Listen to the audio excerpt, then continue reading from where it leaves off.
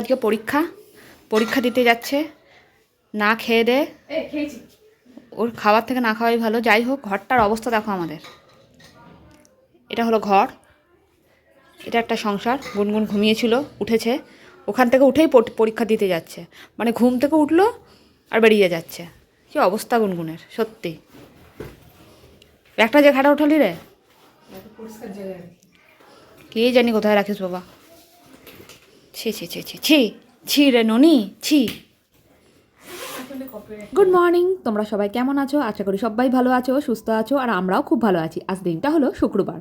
মিঠিকে স্কুলে দিয়ে চলে এসে তারপর ভিডিওটা শুরু করেছি। দেখতেই পেলে আজকে গুনগুনের পরীক্ষা, গুনগুন তাই বেরিয়ে গেল। আমার ঘরের কি অবস্থা সেটাও তোমরা হয়তো দেখলে।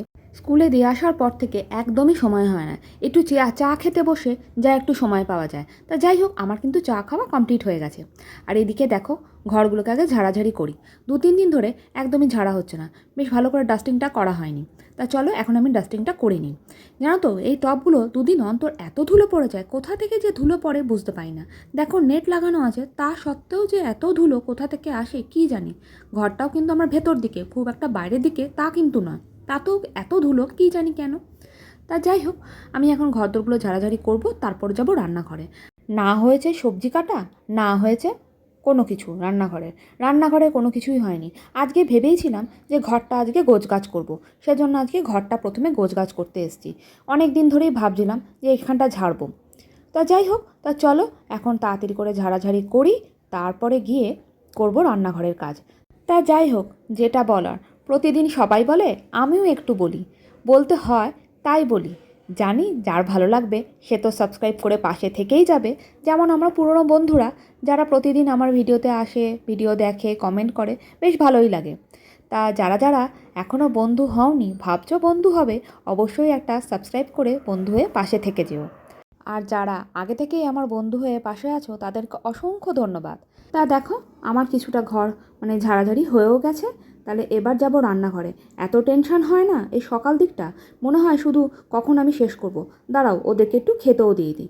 এই দেখো, ওদের খাবারটা তোমাদের একটু দেখিয়ে নিলাম। যখন আমি বোলটা ঝাড়ছিলাম তখন দেখছি ওদের খুব খিদে পেয়েই গেছে।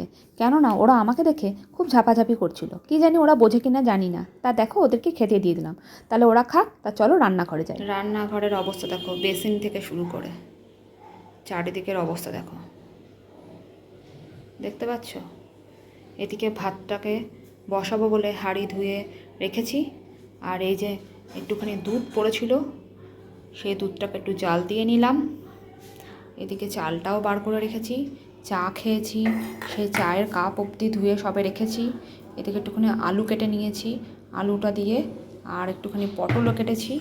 এই যে পটল, এই পটল আলু দিয়ে চিংড়ি মাছের একটা তরকারি, চিংড়ি মাছ আছে, চিংড়ি মাছ দিয়ে তরকারি করব। আর এই যে চিংড়ি মাছ, কী অবস্থা দেখতে পাচ্ছ। এই দেখো, দুধও পড়ে গেছে, এত তাড়াহুড়া করছি, খুব লেট হয়ে গেছে। এই দেখো, দেখো এইটুকু চিংড়ি মাছ পড়ে আছে, এটা দিয়ে পটল চিংড়ি করব। একটুখানি রুই মাছ আছে, একটু না, আজকে দুবেলার মতন হয়ে যাবে।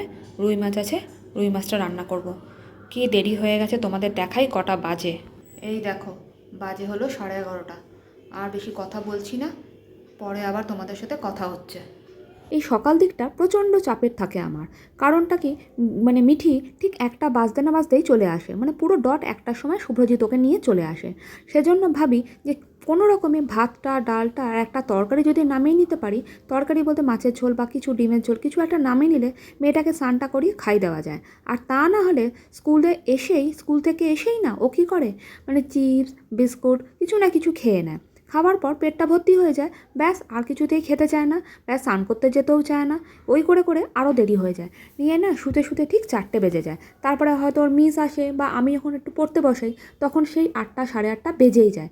ব্যাস এই করতে করতে হয়ে যায় 10টা, 10:30, 11টা। তারপরেই হয়ে যায় আবার রাতের খাওয়ার তোড়জোড়। যেই না রাতের খাওয়া হয়, তারপরে মিঠির স্কুলের ব্যাগ গোছানো বা মিঠির জন্য টিফিন কী করব সেই সব চিন্তাভাবনা, এই সব করতে করতেই ব্যাস হয়ে যায় দেরি। আর আজকে তাড়াহুড়া একটা কারণেই করছি, আবার মিঠির আবার খেলা আছে। তাড়াতাড়ি করে খাইয়ে দিয়ে যদি একটু শোয়াতে পারি, 1-2 ঘন্টা যদি ঘুমিয়ে নেয়, তাহলে আবার খেলতে যেতেও চায়। আর বেশি দেরি করব না, চলো তাড়াতাড়ি করে খাওয়া দাওয়া করে স্নান টান করে মিঠিকে নিয়ে যাওয়ার জন্য তৈরি হতে থাকি।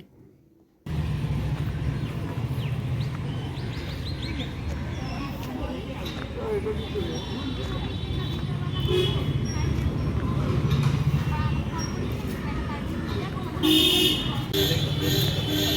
ছিল তো বাবাকে বাবা করতে দেয়নি তো, বাবাকে বলতো বিশ্বাস কর। আমাকে কেন? তো তোমাকে তো আমি বলছি এমনি, বাবা তো তোমাকে বাবা। বলেছি আমি কিছু, তোমাকে শুধু বলেছি যে আমার শখ ছিল, আমার বাইক চালানোর শখ ছিল, আমাকে দিচ্ছে না। আমার বাবাও দেয়নি, আমার ওষুধ প্রদীপ মান্নাও দিচ্ছে না আমাকে। বন্ধুরা, এই গাছটার দিকে তাকিয়ে দেখো, গাছটা হলো পলাশ ফুলে পুরো ভরে আছে, কি ভালোই না লাগছে না? তাই তোমাদের সাথে একটু শেয়ার করলাম। আর দেখো, মিঠিকে নিয়ে খেলতে চলে এসেছি। এই যে পলাশ ফুলের গাছটা এত বড় বড় ফুলগুলো হয়ে এসছে, পুরো একদম মনে হচ্ছে বসন্ত এসে গেছে। দেখতে পেলে, 2 মিনিট একসাথে যদি পাশাপাশি কথা বলি তাহলেই লেগে যায় ঝগড়া। তাই যাই হোক, মিঠিকে নিয়ে খেলতে চলে এসেছি, আর সন্ধেও হয়ে গেছে। আর এই যে শিবরাত্রির জন্য এই জায়গাটা সাজিয়েছিল, এখনও ওরকম সাজানোই আছে। পাশেই তো মন্দিরটা তোমরা দেখেছিলে, শিবের মন্দির। ব্যাস, মিঠির খেলার জায়গায় আমরা চলে এসেছি। দেখছি ওকে এখন ইয়োগা করাচ্ছে ওদেরকে। তা যাই হোক, ওকে এখন নেব, নিয়ে বেরিয়ে যাব। আজকের জন্য ভিডিওটা এখানেই শেষ করছি। তোমাদের কেমন লাগলো ভিডিওটা অবশ্যই কমেন্ট করে জানিও। ভালো লাগলে একটা সাবস্ক্রাইব করে দিও। তাহলে তোমরা সবাই ভালো থেকো, সুস্থ থেকো, সাবধানে থেকো, আর সকলকে ভালো রেখো। এখনকার জন্য টাটা।